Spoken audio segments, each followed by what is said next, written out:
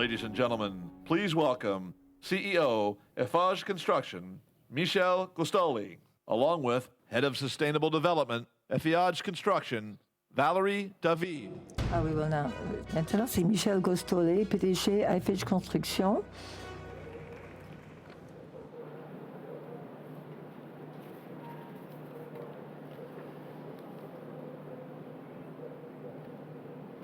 Mesdames, Messieurs, bonjour. J'ai retenu dans la richesse des échanges de la journée d'hier un élément très fort, c'est le rôle de la jeunesse gabonaise dans le développement de leur pays. C'est un jeune Gabonais que certains d'entre vous connaissent, Henry Walker, qui est le directeur général d'Eiffage au Gabon. Je confie ce matin à Henry 2 missions complémentaires. Premièrement, proposer à un jeune Gabonais, pourquoi pas l'un des candidats aux 55 heures de l'innovation de la francophonie, d'intégrer l'équipe de développement du projet que nous allons présenter. Deuxièmement, proposer à 5 jeunes Gabonais une formation en apprentissage au sein de notre entreprise, telle qu'évoquée hier par Monsieur le Président de la République du Gabon. Merci. Depuis maintenant 8 ans, Eiffage développe un outil de modélisation numérique de la ville durable. Notre groupe est précurseur dans cette expertise. Il s'agit d'un remarquable outil d'anticipation et d'aide à la décision pour les collectivités. Certains d'entre vous ont pu découvrir ce portail sur notre stand hier. Ceux qui par hasard ne l'auraient pas fait, je vous engage à en profiter pendant ces 2 journées. Valérie David, directrice du développement durable du groupe, experte reconnue en Europe dans ce domaine, dans le domaine de la ville durable, va vous présenter maintenant notre outil. Merci.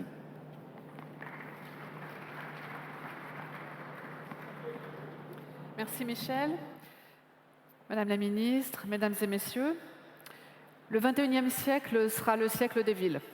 Depuis l'ouverture, hier, du New York Forum Africa, ce sont 180 000 nouveaux urbains qui sont aujourd'hui dans les villes de par le monde, uniquement par la migration depuis les campagnes. 180 000 de plus par jour, 70 millions de plus par an, 1 milliard en 13 ans. Alors, toutes les capitales, toutes les grandes villes, aujourd'hui, Libreville d'ailleurs en est un formidable exemple, subissent une très forte attractivité, avec tout un cortège de défis environnementaux, empreinte énergétique galopante et donc empreinte carbone croissante, congestion automobile, pollution atmosphérique, des enjeux énormes sur la gestion des déchets et la préservation de l'eau, dépendance alimentaire des villes.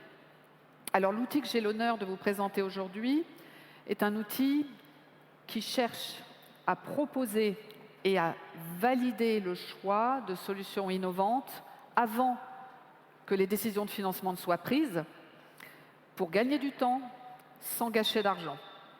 Et comme l'a dit hier son Excellence le Président de la République gabonaise, il faut continuer à développer tout en préservant. Ne pas avoir à choisir entre développement et préservation, avoir les deux.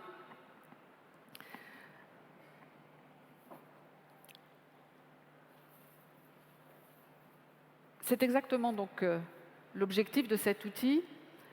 Vous allez pouvoir sur notre stand visualiser une version totalement finalisée que nous avons réalisée pour les autorités kazakhstanaises et qui ont été présentées dans ce pays il y a 1 mois. Ici, à Libreville, je vous présente la première version, la première étape de l'outil. Vous reconnaissez la ville qui est totalement modélisée en images 3D. Un diagnostic des besoins précis du territoire a été réalisé en concertation avec les autorités, car si les défis auxquels les villes sont souvent similaires, les défis auxquels les villes sont confrontées sont souvent similaires, les situations sont différentes en fonction de particularités climatiques, géographiques, culturelles. Nous recherchons ensuite, une fois ce diagnostic posé, les meilleures solutions, les plus adaptées aux besoins selon une approche systémique. Et ces solutions sont ensuite intégrées dans le démonstrateur numérique. Donc nous avons travaillé sur 4 grandes thématiques de la ville durable. Les mobilités, l'écosystème urbain, nous entendons par écosystème urbain l'eau, les déchets, l'agriculture en ville, l'énergie, bien sûr, essentielle, et puis la construction durable. L'objectif de l'outil, vous l'avez compris, c'est d'utiliser les nouvelles technologies numériques. Ici, c'est un moteur de jeux vidéo, mesdames et messieurs, un moteur de jeux vidéo qui nous permet de proposer une expérience immersive pour comprendre, de façon quasiment intuitive d'ailleurs, l'usage que l'on peut faire des solutions qui sont ainsi proposées. L'objectif, je vous l'ai dit, valider les investissements les plus efficients, ne gâcher ni argent ni temps. Et je rappelle d'ailleurs que le développement durable urbain se veut sobre en technologie. Je pense que c'est un point sur lequel il est important d'insister. Pas de technologie pour la technologie, mais juste des solutions réellement utiles qui améliorent la qualité de vie sans impact environnemental négatif. J'ai sélectionné aujourd'hui 2 solutions en particulier. Une solution de mobilité que nous appelons mobilité décarbonée, parce qu'elle n'émet aucun gaz à effet de serre, parce qu'également elle ne consomme pas de foncier, et c'est très important dans nos villes très denses, pas de foncier au sol consommé. Également, elle est équipée en toiture de photovoltaïque pour alimenter la radiocommunication et l'éclairage intérieur. Mais surtout, mesdames et messieurs, c'est une solution qui permet de transporter 6000 personnes à l'heure.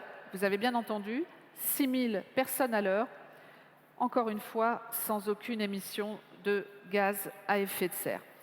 Alors, vous allez découvrir ici un tracé que nous avons travaillé, qui peut bien évidemment être grandement amélioré, et qui est censé desservir les points névralgiques de la ville de Libreville, gares, hôpitaux, universités, lycées, stades.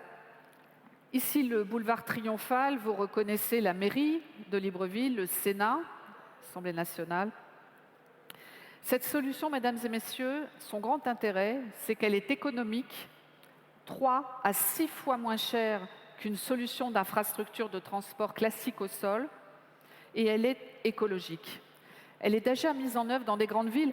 Nos amis américains savent sans doute qu'entre Roosevelt Island et Manhattan, il y a d'ores et déjà un tramway qui est fait d'ailleurs par une entreprise française, Poma, notre partenaire, et que c'est un transport que les New-Yorkais aiment beaucoup et qui d'ailleurs au moment de la tempête de janvier 2011 était parfaitement en état de marche et a été le dernier transport en commun de New York à être déconnecté, à la demande du maire d'ailleurs parce qu'il aurait pu continuer.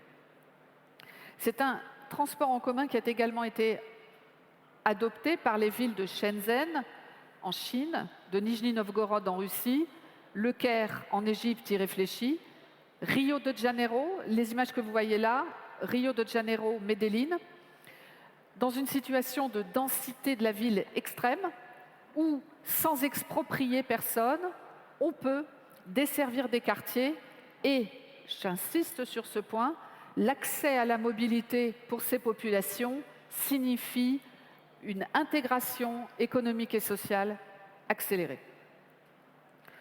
La deuxième solution sur laquelle je voulais attirer votre attention aujourd'hui, mesdames et messieurs, c'est une solution d'énergie renouvelable. Pour une ville littorale comme Libreville, la présence de la mer est une chance exceptionnelle. Une énergie infinie, gratuite, disponible. Sous un milieu tropical humide comme un milieu équatorial ou un milieu méditerranéen, tous les bâtiments sont climatisés. Tous. Ce besoin de fraîcheur ne va pas disparaître, risque même de s'aggraver avec les conséquences du dérèglement climatique. Or, quelle est l'empreinte énergétique et l'empreinte carbone de milliers et milliers de climatiseurs? Quand on analyse le bilan carbone depuis la fabrication de l'équipement jusqu'à sa fin de vie, on est assez effrayé des émissions de gaz à effet de serre directement corrélées à l'utilisation des climatiseurs qui, en plus, en fin de vie, polluent à cause de leur fluide frigorigène. Nous avons donc expertisé et mis en œuvre une solution simple permettant de récupérer les frigories de la mer, c'est-à-dire la fraîcheur naturelle de la mer pour tempérer les bâtiments sans recours aux climatiseurs. Le système est relativement simple. Il fonctionne déjà d'ailleurs sur de nombreux bâtiments à Monaco. Nous l'avons installé pour de nombreux clients. Et actuellement à Marseille, nous sommes en train de le développer pour un écoquartier qui atteindra à terme 20 000 habitants. Ce système peut non seulement inspirer les villes du pourtour méditerranéen, mais toutes les villes africaines qui, comme ici à Libreville, ont la chance d'être des villes littorales. À Marseille, nous captons l'eau toute l'année à une température de 14 degrés, ce qui nous permet de rafraîchir des bâtiments sans aucun apport énergétique supplémentaire. Cette distance est bien sûr à moduler en fonction des spécificités des villes. Par exemple, ici à Libreville, l'eau est plus chaude, il faudrait sans doute aller plus loin pour capter cette eau. Mais quelle que soit la distance, ce système fonctionne. Ce système fonctionne et peut desservir habitants, administrations, équipements, bureaux, sans aggraver l'empreinte énergétique due aux légitimes besoins de rafraîchissement. En conclusion, mesdames et messieurs, la ville durable est un produit urgemment recherché du nord au sud de la planète. C'est une urgence écologique en même temps qu'une nécessité économique et sociale. Les technologies numériques de modélisation peuvent grandement aider à valider les choix, en particulier les choix les plus innovants, avant qu'ils ne soient réalisés, et donc à en optimiser l'efficience. C'est une avancée majeure pour concrétiser la ville durable dont nous avons besoin, sans perdre de temps ni d'argent. Je vous remercie de votre compréhension. On vous attend. Voilà.